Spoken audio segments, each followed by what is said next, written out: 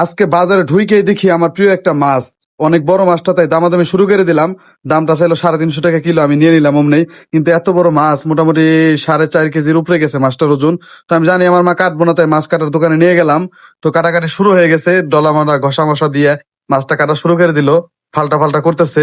তো অনেক মাছ কাটার দোকান, আজকে অনেক ভিড়, প্রায় 20-25 মিনিট দাঁড়াই থেকে মাছটা কাটার সুযোগ পাইছি।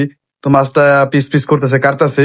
আমি আসলে এই বড় মাছ নিলে বোধে বাড়িতে আমার মা কাটে না, কাটে দেয় না, খালি চিল্লা করে রাগারাই করে। তাই দোকান থেকে 100 টাকাতে মাছটা কাটতে লাগলো। তো মাছের মধ্যে পেটের মধ্যে ডিম বের হয়েছে, একটু দানোই দেখতে পাচ্ছেন। ভালোই। মাছটার ভিতরে প্রায় অনেকগুলো পিসও হয়েছে। ভালো। এখন মাছের মাথাটা দেখেন না বাইরে বেড়ে কাটতেছে, এরকম লাঠি লুঠি আমার বাড়ি নাইও।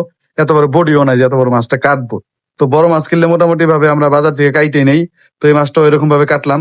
সাথে আসলে ভালোই লাগছে, কিন্তু মাছের দোকানও যে এত ভিড় মাছ কাটার মধ্যে, ওই যে তেল আর হলো ডিমটা বের করতেছে, অনেকখানি তেল হয়েছে, ডিম হয়েছে।